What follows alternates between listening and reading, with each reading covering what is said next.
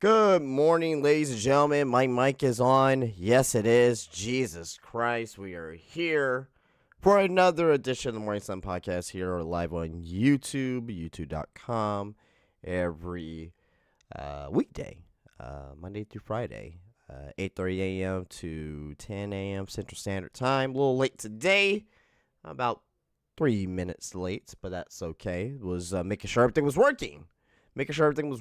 Prior to the podcast here today. But we're here. We're here today, as I mentioned, live on YouTube here. Also on X. That's where you can follow me on X. Link is down below for that. I think it may get it back. I don't know. Elon Musk, you're a great person. I'll just say that. Yeah, so X, Instagram links down below, down there as well. So check those out for that there. Also, as I mentioned, this podcast is sponsored by my company. If you're ever in the San Antonio area, come visit us here at Spinebuster Tees and spinebustertees.com. Check out their array of t-shirt designs on the website, including the hardcore wrestling t-shirts, which I actually sold a couple this past weekend, so good for me, yay. The Iron Pro Wrestling t-shirts, the Just Enjoy Wrestling t-shirts, also as well the Star Ratings t-shirts. We love Dave Meltzer here, so, a little paying homage to him, I guess. Spinebustertees.com, and also we have the fall sale going on, fall 10 at checkout. If you want to wait until the Black Friday deal, I will be having the Black Friday deal this year as well, and also free shipping over $40 at Spinebuster Tees and spinebustertees.com. How's everyone's weekend? Hopefully everyone's weekend is well out there. As we're live here on, not live, but, you'll also be here on Spotify afterwards as well. So definitely check out the Spotify if you are a driver, or if you're someone who works at work who can't have YouTube on. Spotify would be great for you as well for this podcast. So let's get into some pro wrestling. Outside of SmackDown, I'll be honest with you guys. Outside of SmackDown, there's no news. There's really no major news. I mean, there's some Vince McMahon stuff we'll be talking about here, but it's kind of like repeating what, I'll be honest, kind of like repeating what we've been talking about for, the last week, I guess, with this. But there's some news there. Logan Paul's in the news as well. He had a fight this weekend, which was embarrassing. To be nice about it, it was very embarrassing to watch, but we'll be talking about it. But it leads into pro wrestling, so we'll be talking about the reason why I am talking about Logan Paul. Some not really big E news per se. It's just a quote, I guess. But I guess it's something to look out for as well. I have a little bit of Sammy Guevara news, injury update on Sammy Guevara, and the Grizzled Young Veterans. So that's great too as well. So Grizzled Young Veterans, they got released from WWE, or their contract ended. And it looks like they are back to being the Grizzled Young Veterans. So we'll talk about them as well. And we got a Raw preview for tonight as well. A big Raw tonight. A lot of looks like to be appearing a lot of great wrestling to be had on Raw tonight. So we'll be talking about that as well. Let's get into the show. Let's get into SmackDown from last Friday. They were in Tulsa, Oklahoma, and overall SmackDown. That's how you do a SmackDown. I know it was the season premiere. I know they had a lot of stars on there. Roman was back, but Roman Reigns being back just makes things more interesting. It makes SmackDown imminently better. Just everything that they did on that show. And it wasn't really based around all Roman Reigns, but just with Roman Reigns being back just makes the show better, period. I understand that once Roman leaves, that's going to be kind of maybe, or maybe not, because, Raw right now is doing pretty well. If they mix up the rosters and whatnot, they can make both rosters good, and Triple H is in charge too as well, so I'm not really worried about that. But as of right now, this moment, SmackDown, it wasn't bad. It wasn't terrible. It wasn't like, oh my God, I hate SmackDown. It was just boring. Boring doesn't equal bad. You can still be good and boring. You know what I mean? Like, for example, your team's winning by, 28 points. You love, let's say 20 points in an NFL game. You love NFL, right? You think the game you're entertained by it. The game's just boring. No one wants to see a blowout unless your team that's doing the blowing out. Ooh, pause there. Jesus. Okay, too early for the innuendos. But but regardless of that, SmackDown was boring. SmackDown was just boring. There was nothing going on. There was nothing really happening. There was nothing really important to sink your teeth into from week to week to week to week to week. Now you got Roman back. Now it's like, okay, oh crap, let's see, how they're gonna progress, what they're gonna have from here. And we'll be talking about that with Roman Reigns, and SmackDown's gonna be here this week in San Antonio, Texas, at the AT&T Center. So I will not be going to that show, unfortunately, though. So, but when you run a business, man, you gotta worry about budget. So anyway, SmackDown opens up with John Cena. John Cena comes out there, and he's there in Tulsa, Oklahoma. Before John Cena can welcome everyone to welcome to SmackDown, doing the typical opening, Roman Reigns' music hits. He comes down to ringside with Paul Heyman and Solo Sikoa, and he tells Tulsa to acknowledge him, and then takes several shots at John Cena. He says they ran into this issue before and tells him to leave unless he wants the bloodline to make him leave. Well, really just Solo Sikoa, and Jimmy, right? They didn't put Jimmy Uso here in this. Oh, no, because he came out later on. Sorry, my bad. Show happened on Friday. I forgot Jimmy came out to attack Cena. But anyway, he says that WWE is always unpredictable, but with SmackDown, you can never tell, especially with the two of them in the same ring. Cena says he's not here to challenge Roman Reigns, but to acknowledge him in his 1,000 days plus reign as undisputed WWE champion. He says he hasn't earned the right to challenge him, but he knows someone who has. LA Knight's music hit.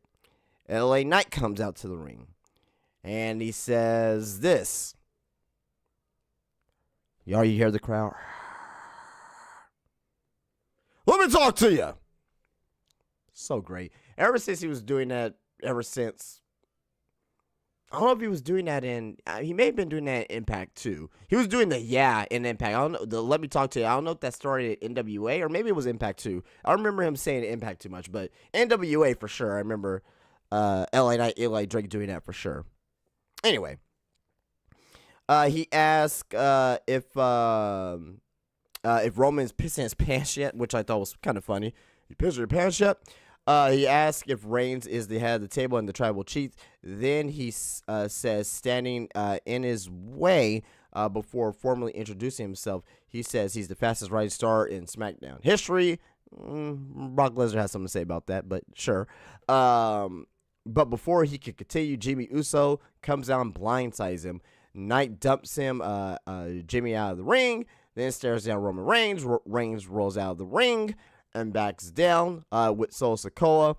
Solo, although sits on the apron, or not, stands on the apron, and he challenges Knight to a main event match later in the night. So, good opening segment. Hot opening segment. It was good. It got his point across. The only thing I got to critique on is LA Knight seemingly to be the next number one contender.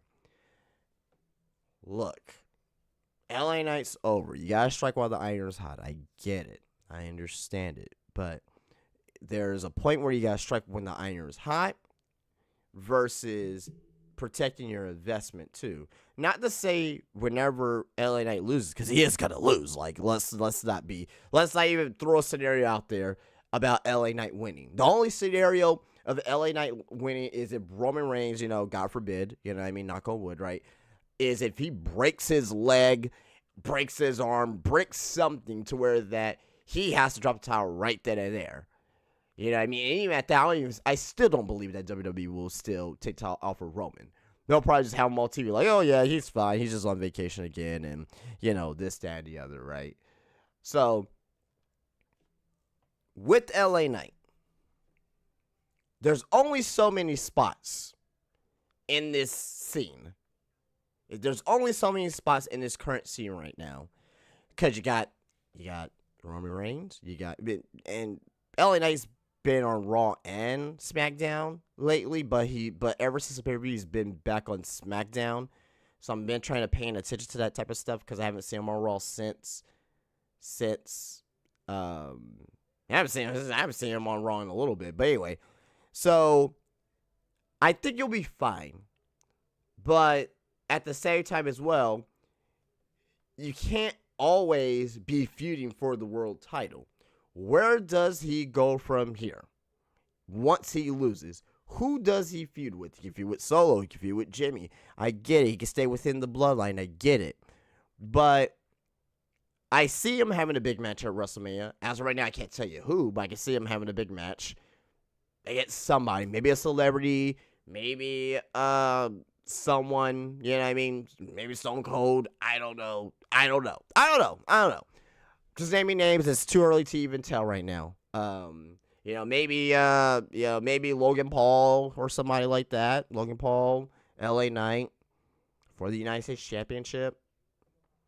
That's a consolation prize. I think LA Knight's bigger than that. But LA Knight needs to make sure, not him in particular, but WWE needs to make sure that they are careful with LA Knight as far as after this Roman Reigns feud. How is he going to be looked at to the fans? Or is he going to be still looked at as a big star, which most likely is, right?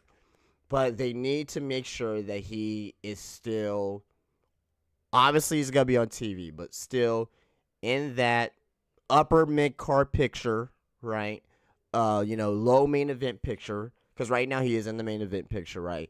He needs to still be treated like the big deal.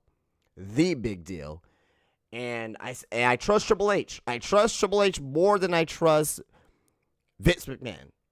100%. I trust Triple H more than I trust Vince McMahon. LA Knight is a Triple H hire. Just is. So I trust Triple H more. I wonder what they'll do with him after all this rigmarole. Is that how you say it? Rigmarole? Something like that. Anyway, I trust him. I trust him to make sure that he does right here. So LA Knight, he's gonna be feuding against Roman Reigns, so we'll see how that goes, and we'll talk a little bit more about that here as well. Pretty Deadly versus the Brawling Brutes. I like both teams. I love Pretty Deadly. If you don't get the gimmick, you don't get wrestling. That's all I gotta say. If you don't get the gimmick, you don't get wrestling. Some people out there hate Pretty Deadly. I'm thinking why? Why? I mean, they can be a little bit over the top. I get it. I understand it, but they're good. They're great at what they do.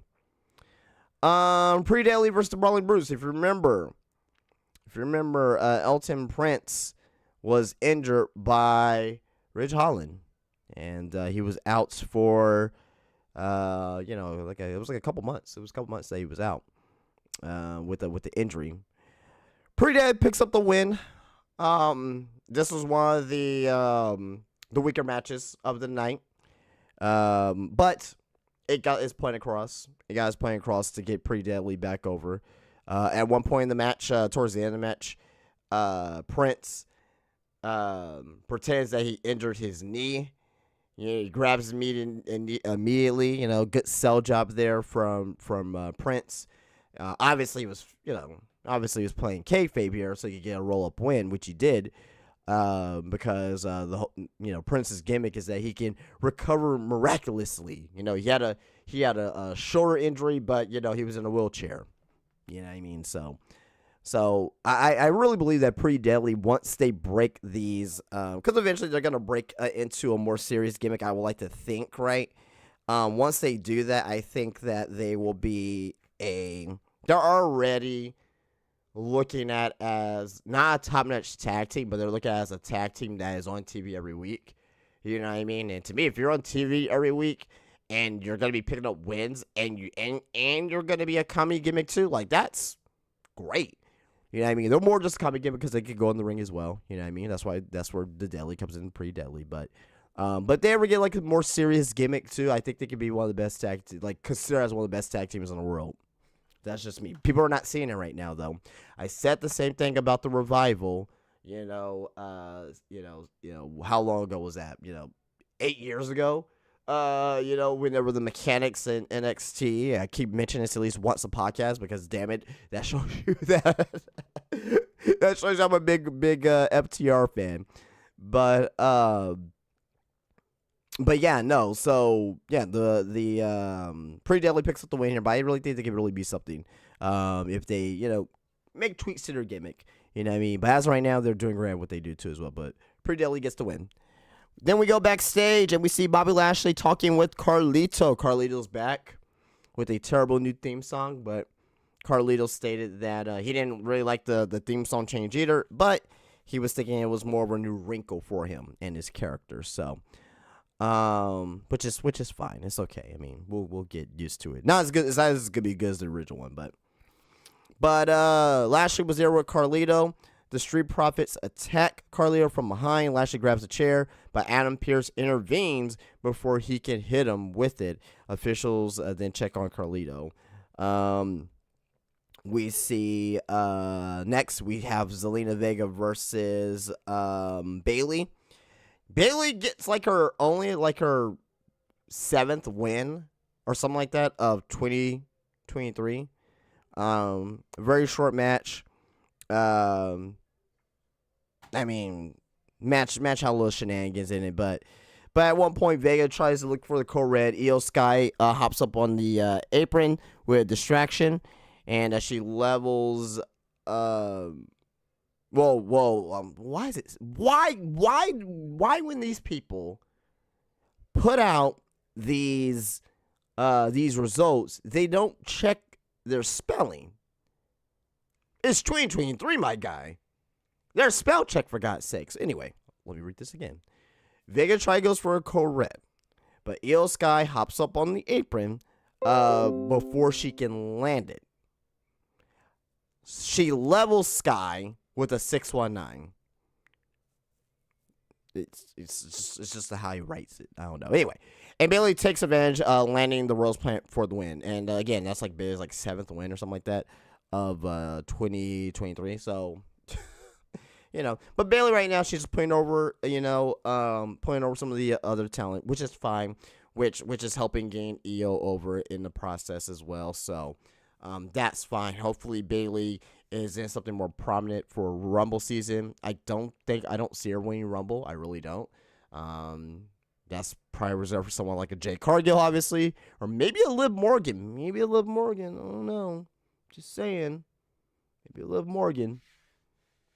I'm not saying that I want it to happen.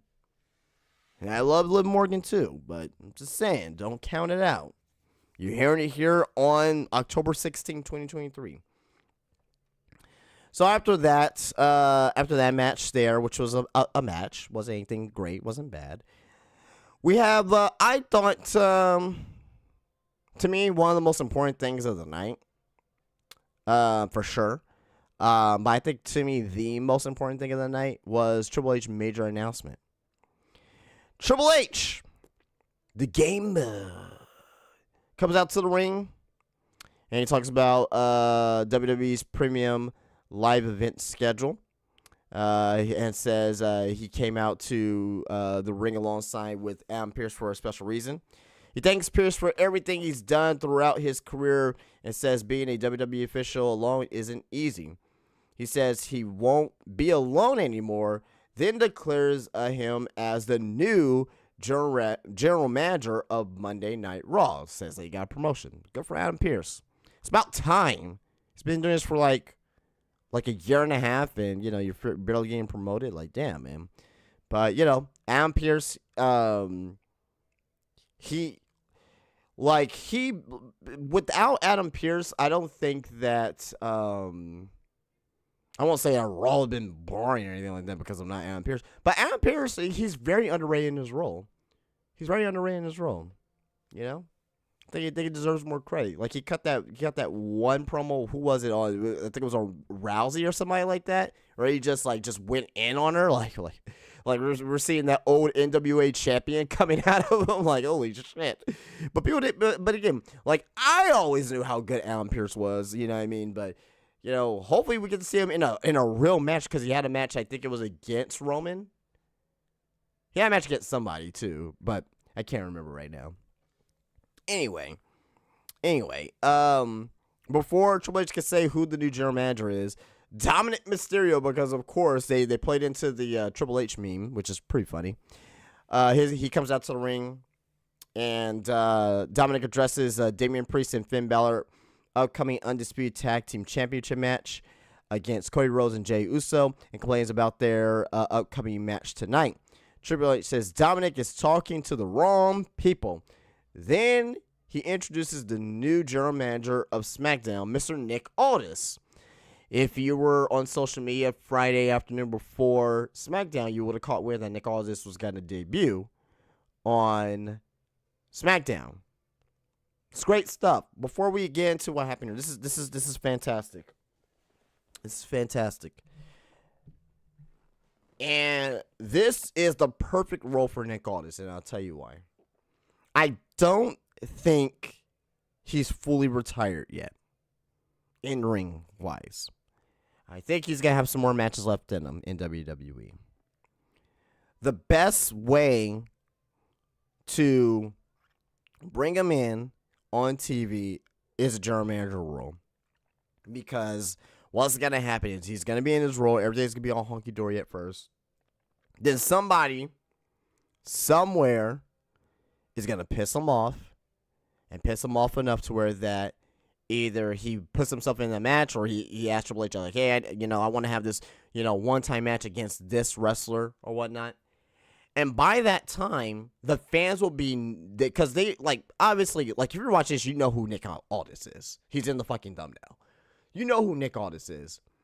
But if you're a casual fan and you never watched, TNA Impact from 2010, 2011, you don't know who the hell Brutus Magnus is. If you didn't watch NWA, in the last 5 years, you don't know who Nick Aldis is. You didn't realize that Cody Rhodes beat Nick Aldis for the NWA Championship at the very first All In. So you may not realize that. You may not realize that, he's married to Mickie James. You may not realize that. So if you are a casual fan and you only watch, if you're a casual fan, I mean, you're a WWE fan for the most part. If you're a casual fan, that means you're just a WWE fan. Nothing wrong with that. That's just is what it is. Casual fans are typically WWE fans. AEW fans, they know of what's going on in WWE. They may not watch it, but, casual WWE fans may not even know that AEW freaking exists. I get it every week. They're like, what is this? Is this another extension of WWE? That's somebody, grant, they're casual, that's fine. But I asked somebody yesterday that asked me, like, is AEW like NXT, or is it NXT? I'm like, no, I said, no, it's AEW, no, it's separate. It's a completely different company, but they do have some old, WWE guys from over there. You know what I mean? Like I said, something like Edge is over there, Chris is over there, Chris Jericho's over there. So, Chris Jericho's still wrestling. So, you get that all the time. But anyway, the point I'm trying to make is that Nick Aldis being introduced to SmackDown, being introduced as general manager, he's gonna get enough screen time presence in front of the fans to where that he will eventually start to get over, right? He had a good line with Dominic here that we'll talk about in a moment here. And, yeah. I think that this eventually will get him back into the ring. Because you can't put him on NXT NXT's for the youth movement. You're not going to have a near, he's 36 years old, right? He's a year older than me. Nick Aldis is 36, right? Nick Aldis is, he's 36. He's 36. So he's turning 37 in a couple months. So he's like 2 years older than me.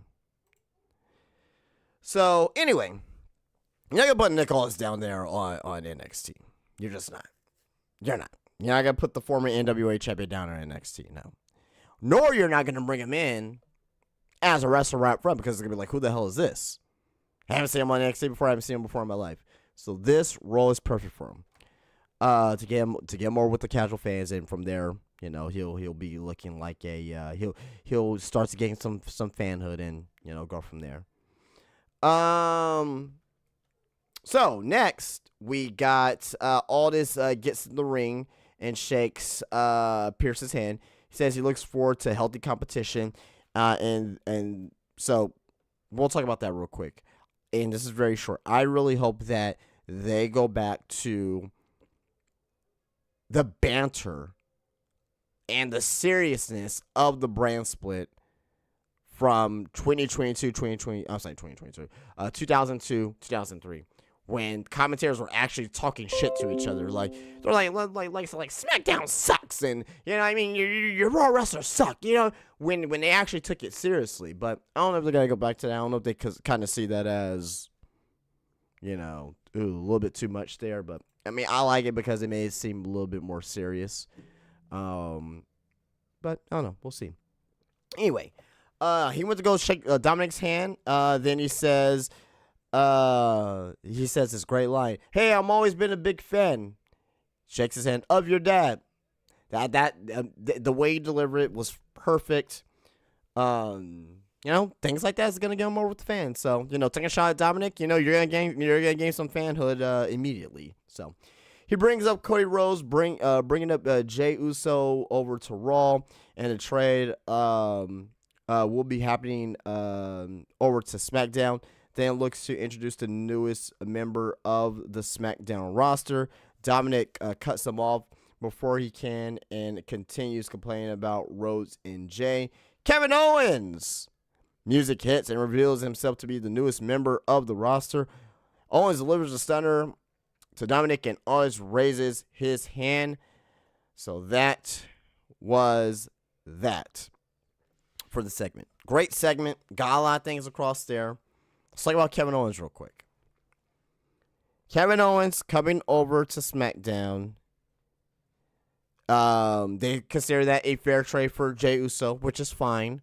That makes, because Jey, obviously right now, if you look at it, Jey Uso, in the eyes of the fans and probably to the eyes of the internet, is above Kevin Owens right now.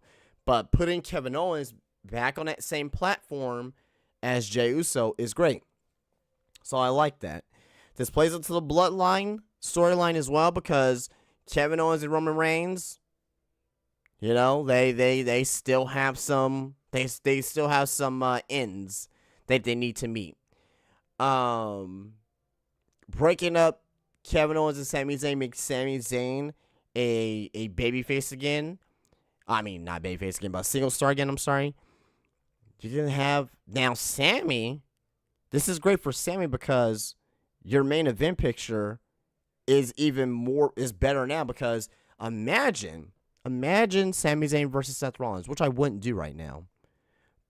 But imagine after WrestleMania, a Sami Zayn Gunther feud? Are you fucking kidding me? Take my money. Take all of my money. I want to be poor. Take all my money. That'll be utterly amazing. This does a lot of great things. You break up one tag team, Sami Zayn, Kevin Owens, and you have another one coming in DIY. This makes DIY even more important for Monday Night Raw now. This does a lot of great things. It does a lot of great things, and I love it. I love everything about it. So after that, we go to break. Back from break, we see Charlotte Flair backstage with Nick Aldis. Nick Aldis like introducing himself, and Charlotte wants a championship rematch. And Nick Aldis, he's playing nice. He's trying to get over with the talent backstage. He ends up saying, yeah, you get a rematch. So, here in San Antonio this week, we get Charlotte Flair versus Io Sky. So, for the folks going to the show, have fun. Then she runs into Jade Cargill. Oh, my God, the pop. This is Jade's main roster TV appearance, because she never appeared on Raw yet. She appeared at Jesus Christ, I'm getting confused with pay-per-views now. Fastlane. She appeared at Fastlane. And she appeared at NXT. This is her very first interaction with another wrestler. Her very first interaction with a wrestler is Charlotte Flair. This makes Jade look immensely more important. She feels even more important than what she did in her, 4 years down in AEW. This one 30-second segment here. Thought it was great. Jade says, it's a pleasure meeting you, Charlotte. Then Charlotte says, oh, it will be. Teasing something there. I don't want to see it immediately. I don't want to see Charlotte and Jade immediately. I don't want to see Charlotte and Rhea immediately. I don't want to see Charlotte. I'm sorry. Jesus Christ. I don't want to see Jade and Rhea immediately. I don't want to see Jade and Charlotte immediately. I don't want to see Jade and Bianca immediately. Those 3 matches, keep them in a jar and wait for them. Despite how I feel about Charlotte, the only thing I really don't like about Charlotte is how she needs to be in the top picture. I have no issue with her. I really don't. But how she's always in the top picture every single moment of the day. She has a fucking title match, this Friday. Go figure, right? Hopefully she loses. But I will say this: she's great in ring. She has a bad movesault, but outside of that, she's great in ring. She's fantastic. Jade needs to be not on that level per se, but she needs to at least carry herself the right way to have a good match with Charlotte Flair. If Jade's not ready, don't put her out there. But WWE's smart. WWE's super smart on how they're presenting Jade so far. You know what I mean? Short little segments. Introducing herself, and eventually she's gonna get physical with somebody. I don't know who. It's probably gonna be against a heel like Nia Jax, because Jade is supposed to be on Monday Night Raw, but we'll see. So after that, we see next match is Cody Rhodes and Jey Uso versus Grayson Waller and Austin Theory for the Undisputed Tag Team Championship. Good match. Very good match. Grayson Waller is great. Austin Theory is great. Both futures of the company. They'll be fine. Let them marinate. Triple H knows what he's doing. He doesn't need to rush these guys. From before, Austin Theory was getting rushed, and the fans weren't taking to it. Grayson Waller so far, I think he's been doing pretty well for himself on the main roster so far as well. He's been in segments, RA with guys like, John Cena, and, he's been doing great. For himself. So, yeah, this match here, obviously, the babyfaces win. They're not going to lose the tag team titles anytime soon, right? Especially not against, Grayson Waller and Austin Theory. But Cody and Jay get the win here. When we saw the Cody 1D on Theory, Rhodes, and that's kind of I know they want to do that, but, man, I don't like the way Cody lands on his neck sometimes. He did on Monday. It looked kind of bad.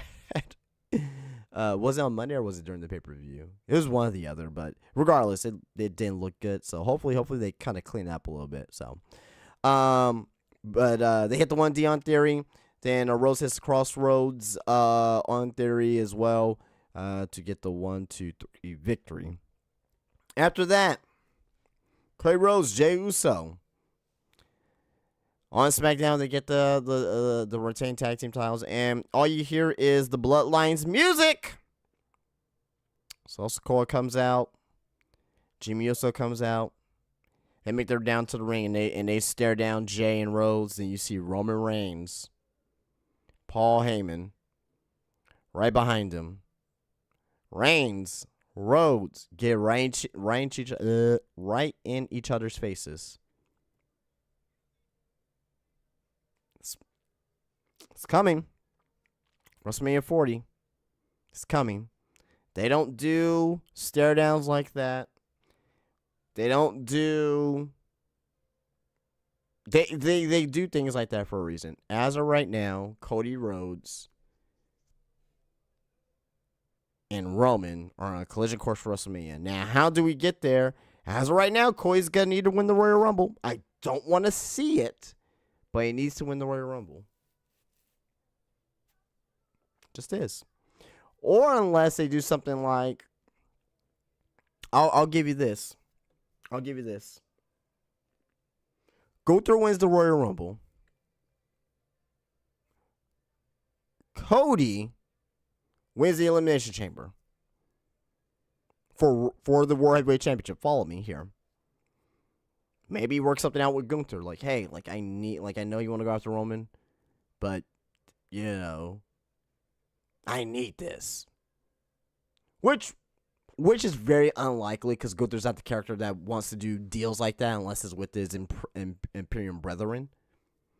But that's something too as well. Or another trade can happen too as well. I don't know who you'll take from SmackDown and put over to Raw. Maybe Jimmy gets traded to Raw for Cody Rhodes. So that way you can have Jimmy and Jay have their one-on-one match at WrestleMania. Because that's linked to that too as well. I don't know, just a thought. Maybe you take two SmackDown talents. Jimmy and somebody else. Jimmy and Grayson Waller. I don't know. I'm just throwing a name out there. I don't know. Just Jimmy and Grayson Waller. Take them over to Raw and bring Cody back over to SmackDown. It's a thought, guys. It's a thought.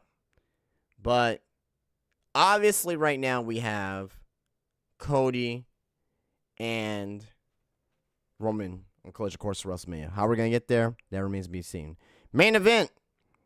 LA Knight gets the win on Solo Sikoa. LA Knight is only one of, I believe, 3 people to beat LA Knight on the main roster. So LA Knight gets the win here. Very it was a good main event. It was good. Nothing that will blow your socks off, but it was a good main event.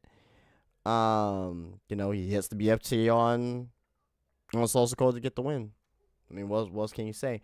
After the match ends, Reigns comes out of nowhere and spears LA Knight, and he holds up the one, and goes off the air. So we have LA Knight versus Roman Reigns, possibly for the Saudi show. You guys already know how I feel about that. If you're just coming to the live stream, you can go back and rewind and find that section there where I was talking about LA Knight. LA Knight versus Roman Reigns. But SmackDown, though, very good SmackDown. This is the type of SmackDown I want to see every week. Storyline, development.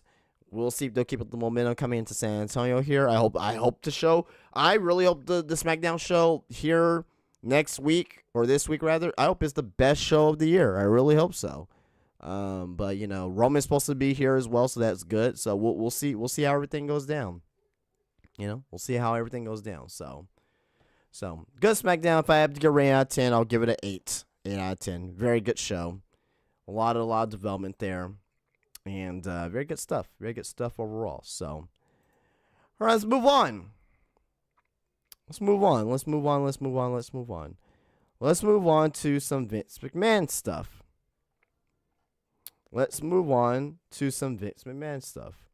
This came Friday. On Friday. And we got some other notes from last night about Vince McMahon and his position in WWE and his position on creative. But we'll talk about it here. This is coming from Sports Illustrated. Remember them? They were, a publisher of sports and stuff like that. Poor Sports Illustrated. But anyway, Endeavor CEO Ari Emanuel has long been a firm believer that in order for an organization to be effective as possible, people need to do the job they are assigned. In this case, that approach has empowered Paul Triple H Levesque to exert his full influence in WWE's sphere. As so, Vince McMahon is no longer directly involved in dictating the weekly creative in the same manner he once did. That's coming from Sports Illustrated. I think Ari Emanuel may be my new favorite guy. He may not be so bad after all. Hey, if he just keeps up with this and just leave it as it is, right? With WWE, leave it, look, I say this. Leave Vince in charge of the business side of things, getting deals done, the money side of things, like all that stuff, all right? You don't need to be part of creative. You don't have to be. I know it's your baby. I know you were a creative genius at one point, but somewhere in the 2000s, maybe like starting around like in 2009, like something happened. 2008, 2009, something happened, and you're already doing crazy shit back in 2002 with the whole Katie Vick shit, but the line here that says, in order for an organization to be effective as possible, people need to do the job they are assigned. As in, Vince, your ass don't need to worry about creative. Your ass just needs to be, you just need to do what I tell you to do. So, the hirings, the firings, the budget, all that shit. That's just your shit, Vince. I love it. I love it. Love it. It's coming from Dave Meltzer and the Wrestling Observer Radio. Their radio show that they have, podcast. The Endeavor WWE deal went through, and it only really went through about a month ago, and already Vince McMahon is out of creative because of Ari Emanuel. And it's really just adding to it. It's not really like news or anything. It's just adding to it, right?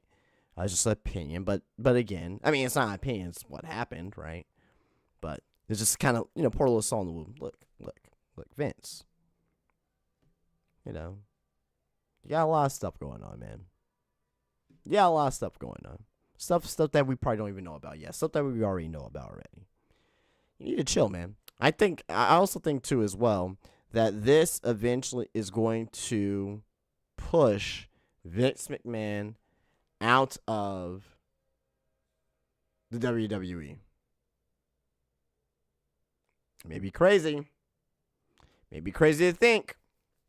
But it can happen. It can happen. I'm just saying, it can happen. Vince McMahon may be out of WWE, which is crazy to say. I mean, he was supposed to be out. He was supposed to have been out over a year ago, right? Remember that? Should I bring up the fucking tweet again? Should I bring up the tweet? Does he still have it on his... Dude, he still has it on his Twitter. No one told him to take it down. This is his second tweet that he has on his Twitter. At 77, he's 78 now. Time for me to retire. Thank you, WWE Universe. Then, now, forever, together. July 22nd, 2022. You're still there, Vinnie Mac, aren't you? You're still there. You're still there, doing, God knows what at this point if you're not doing creative. You're on your way out, buddy. I don't wish no ill will on Vince McMahon, but I don't wish no ill will on Vince McMahon. I don't wish no harm to him. There's people out there that want him dead. Like, that's way too far, right? You know what I mean? Just like how people want Tony Khan dead. Like, that's, like, super dark and way too far. You know what I mean? I don't want anyone to die. But people want to, but I do want him out of power. I want to live a happy, healthy life, but I want him out of power. I mean, he is out of power, but he's still running WWE, just not the creative side of things. So anyway, Vince McMahon seemingly to be out of career for now, 99.9%. And that 0.1% I am still worried about. That 0.1% can turn into a 2%. And also as well, there was another note saying that it said these words for the time being. He's out of power. He's out of power for creative. We'll see. I hope so. I hope he's done. But I cannot. I repeat, I cannot stress the fact that I just cannot stress the fact that Vince just needs to stay away from creative 100%. Just this is what it is. You know what I mean? But anyway, moving on.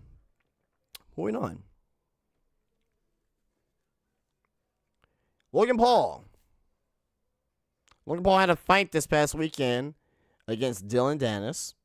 And KSI went up against Tommy Fury. I didn't see the fights. I was at work. At the jizob, at the shop, at my business. From what I saw, I thought KSI won. But, you know, a lot of people thought KSI won, but, you know, is what it is. Tommy Fury won. And then you had, in the match previously, you had Dylan Dennis versus Logan Paul. As wrestling fans, I think we were, you know, despite you not liking Logan Paul or not, if you're a wrestling fan, you have to cheer for Logan Paul because he's involved in this sport, and you want to make sure that this business is protected. That's the way I think, at least. Like, you know, I won't say I'm a huge, but I'm a big Logan Paul guy when it comes to his WWE stuff. His regular YouTube stuff, not for me. You know, Pokemon cards, not for me. Not for me. I get why people like him. I do. I get why people don't like him.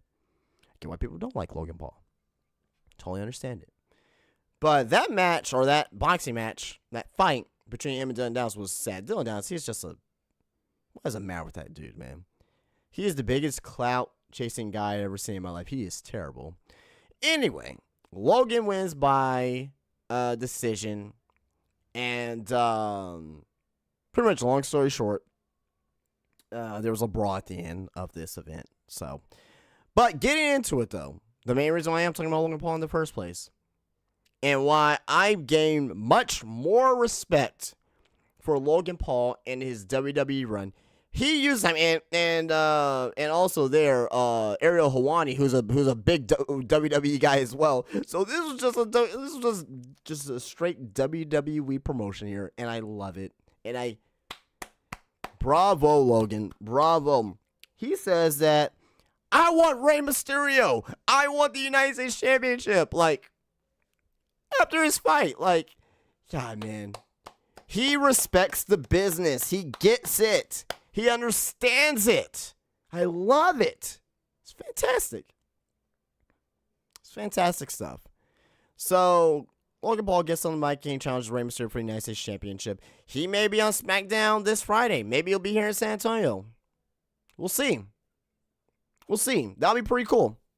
That'll be pretty cool if he steps on over here. And actually, he was here this, obviously he was here for the Royal Rumble as well. And his friend said, I forget the guy's name. His name's like Mike or something like that. That's on the Impulsive podcast. That there's some burger truck here, which I haven't tried yet. I need to look it up, but there's some burger truck here. It's like, oh my God, this is the best burger I've ever had in my life. So, he's coming back just for that, maybe. Maybe they'll come back just for that. But anyway. So Logan Paul, he makes a challenge for Rey Mysterio in the United States Championship. Obviously, WWE picked up waves on this here. I don't know, and obviously I do know. Obviously, Logan was talking to Triple H, and Triple H was like, hey, you know what? Hey, after your match, whether you win or lose, challenge Rey Mysterio.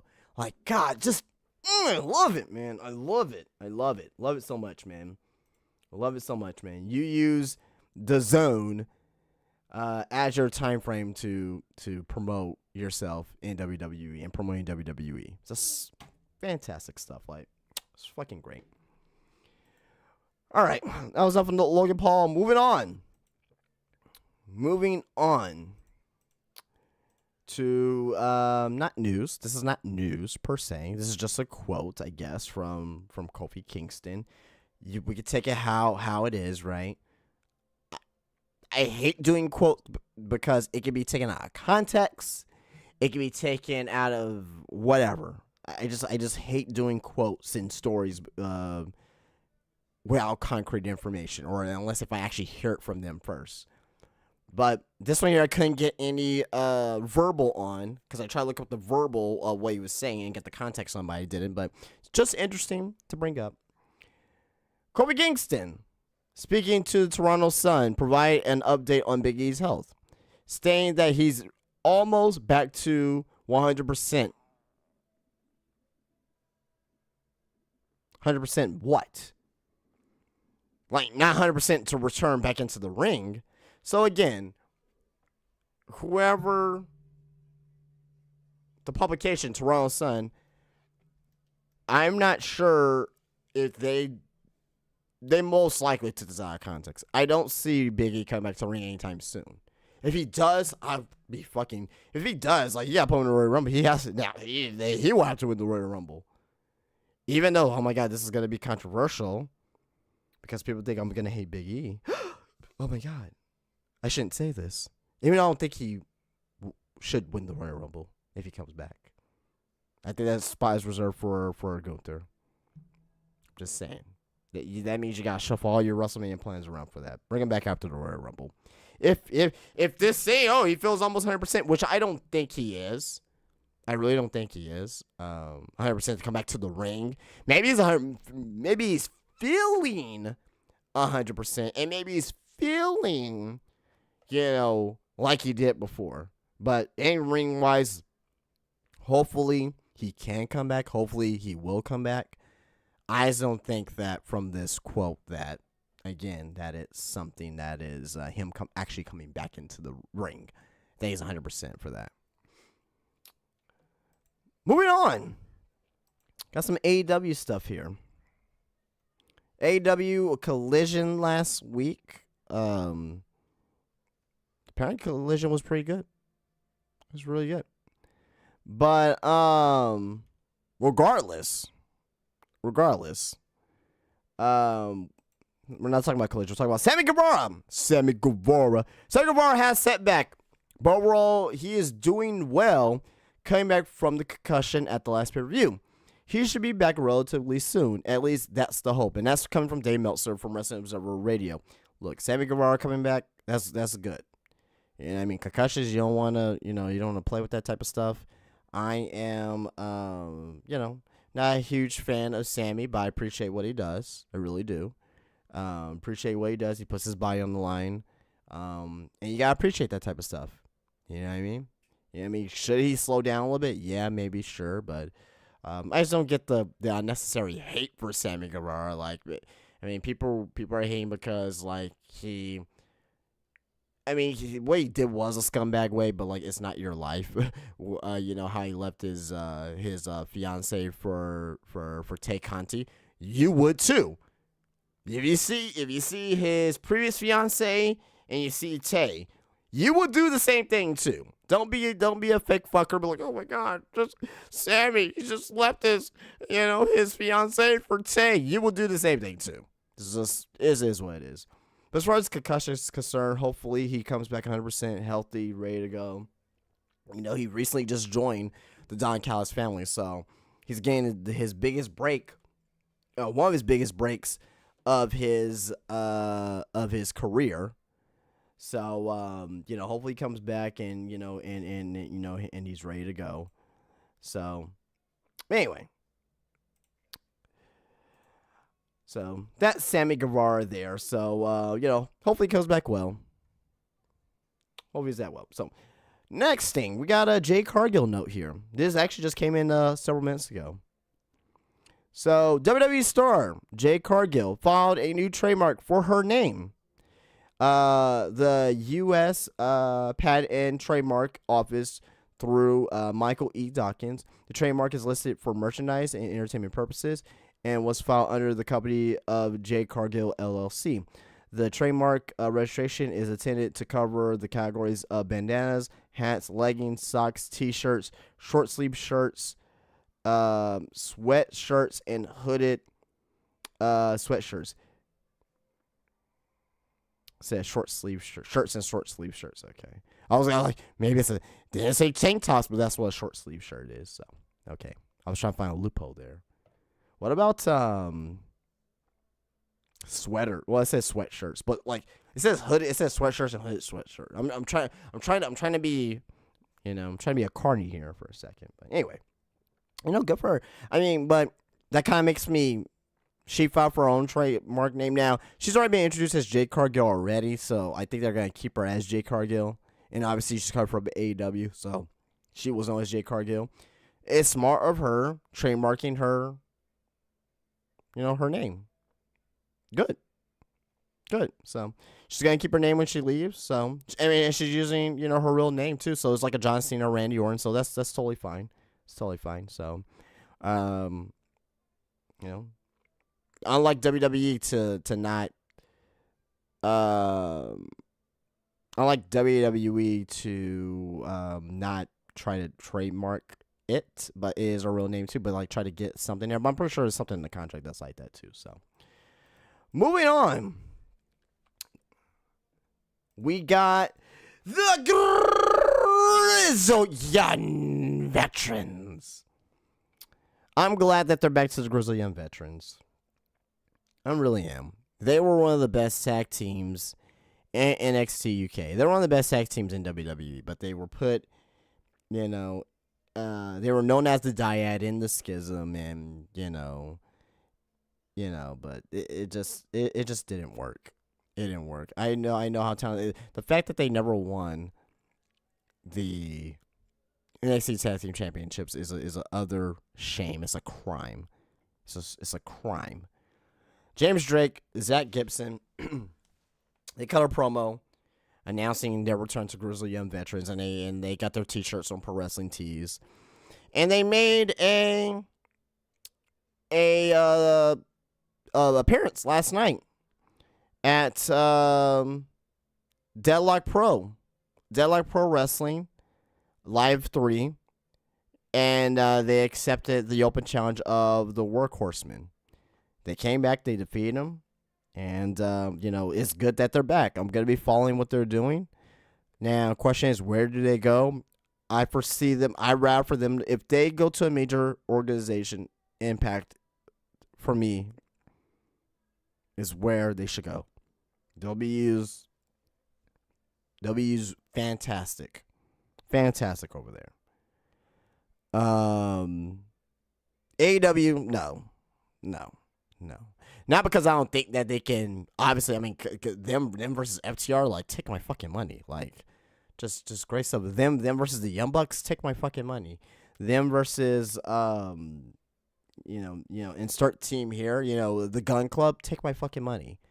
You know what I mean? They are one of the best tag teams in the world. And I think people are gonna finally get to see them as that.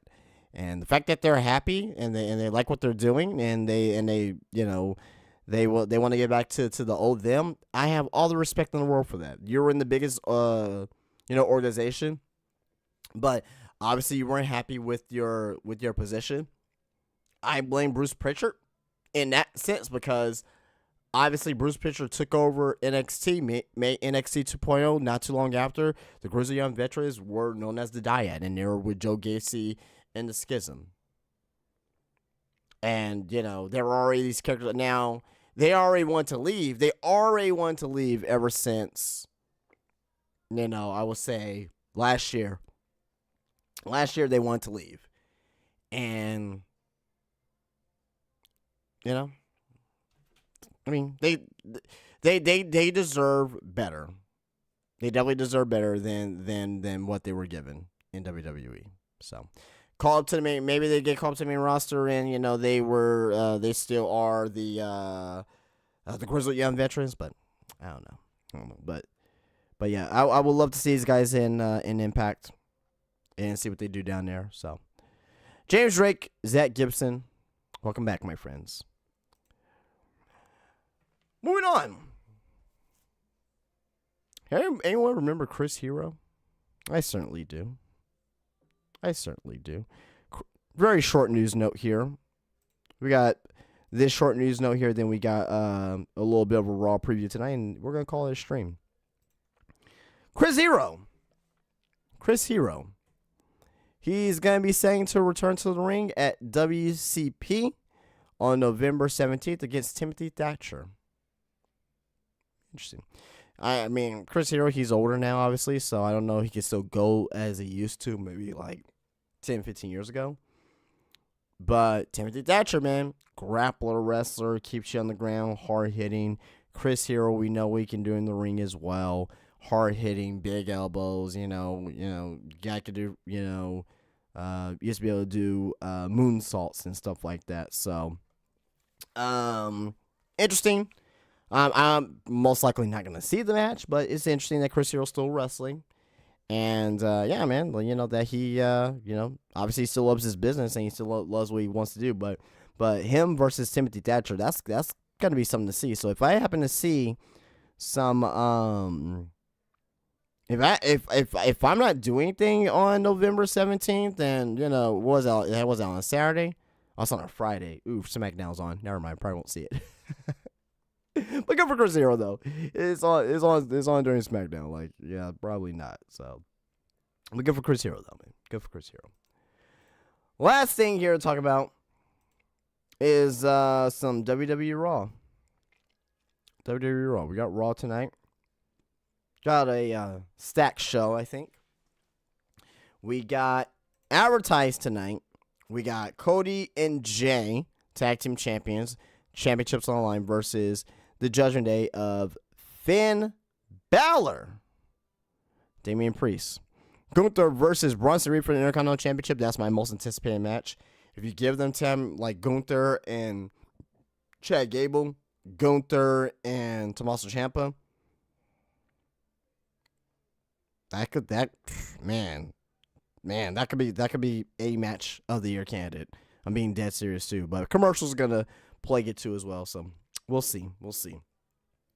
Rhea Ripley versus Shayna Baszler in a non-title match. Ricochet versus Shinsuke Nakamura in a Falls Count Anywhere match. And not to mention too as well, we still got the more DIYs. Maybe DIY versus Imperium possibly because they got attacked last week.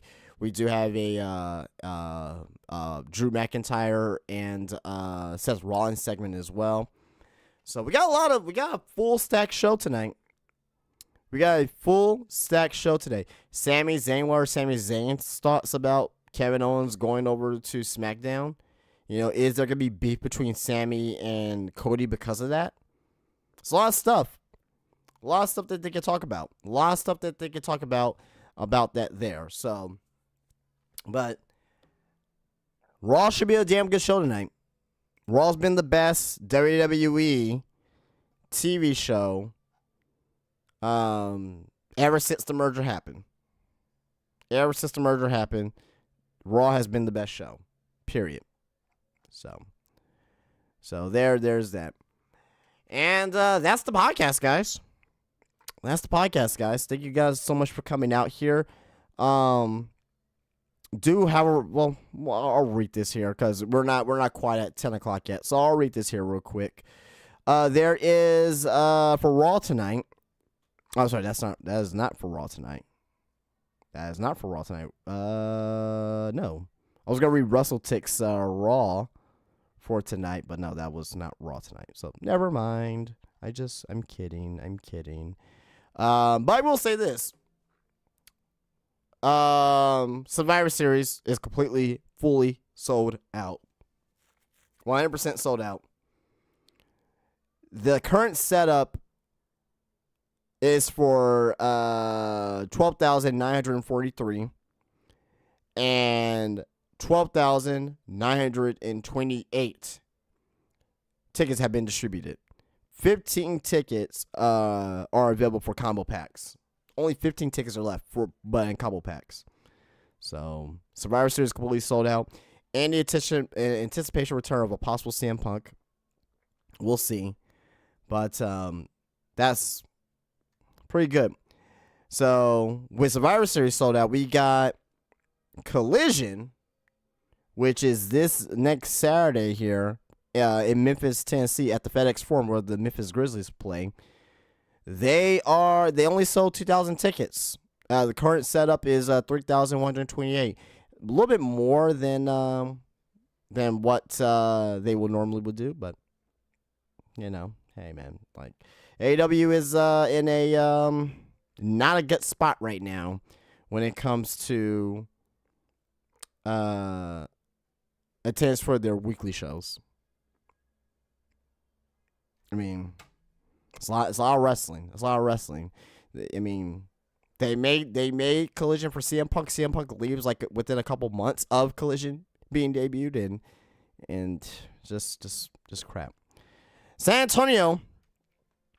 Now I'm going through all WrestleTix now. I love looking at these. San Antonio. That's here where I'm at. SmackDown this Friday night is not sold out. Not sold out. Almost sold out. But not sold out. There's only 297 tickets left. And 13,398 tickets have been distributed. So, it's like the upper decks have not been completely sold as of yet. So I'm pretty sure those will get filled, hopefully. Maybe like some last minute people that want to get some tickets. So, anyway. That's it. Enjoy Monday Night Raw tonight, guys. Enjoy your rest of the day as well. But we'll come back tomorrow. We'll review Monday Night Raw, and we'll see on the results of the show here. But who knows? Maybe Tony Khan will go off on Twitter again. We'll talk about that too as well. So I don't know. But also as well, guys, be sure to follow me on X. Links down below. Instagram links down below. Follow this podcast on Spotify, Apple Podcasts, Google Podcasts. And also, on top of that as well, this podcast was sponsored by my company, Spinebuster Tees, SpinebusterTees.com. We have the Hill Heat t-shirt there. We have the Mommy t-shirt, the Future Endeavor t-shirt. That'd be great for Vince McMahon, right? The Job of the Year t-shirt, the Vanilla Midget t-shirt, which Adam Copeland called Ricky Stark's dad on Collision this past Saturday. So check it out. SpinebusterTees.com. Fall 10 at checkout. Extra 10% off. And also as well, you get free shipping for over $40 before taxes.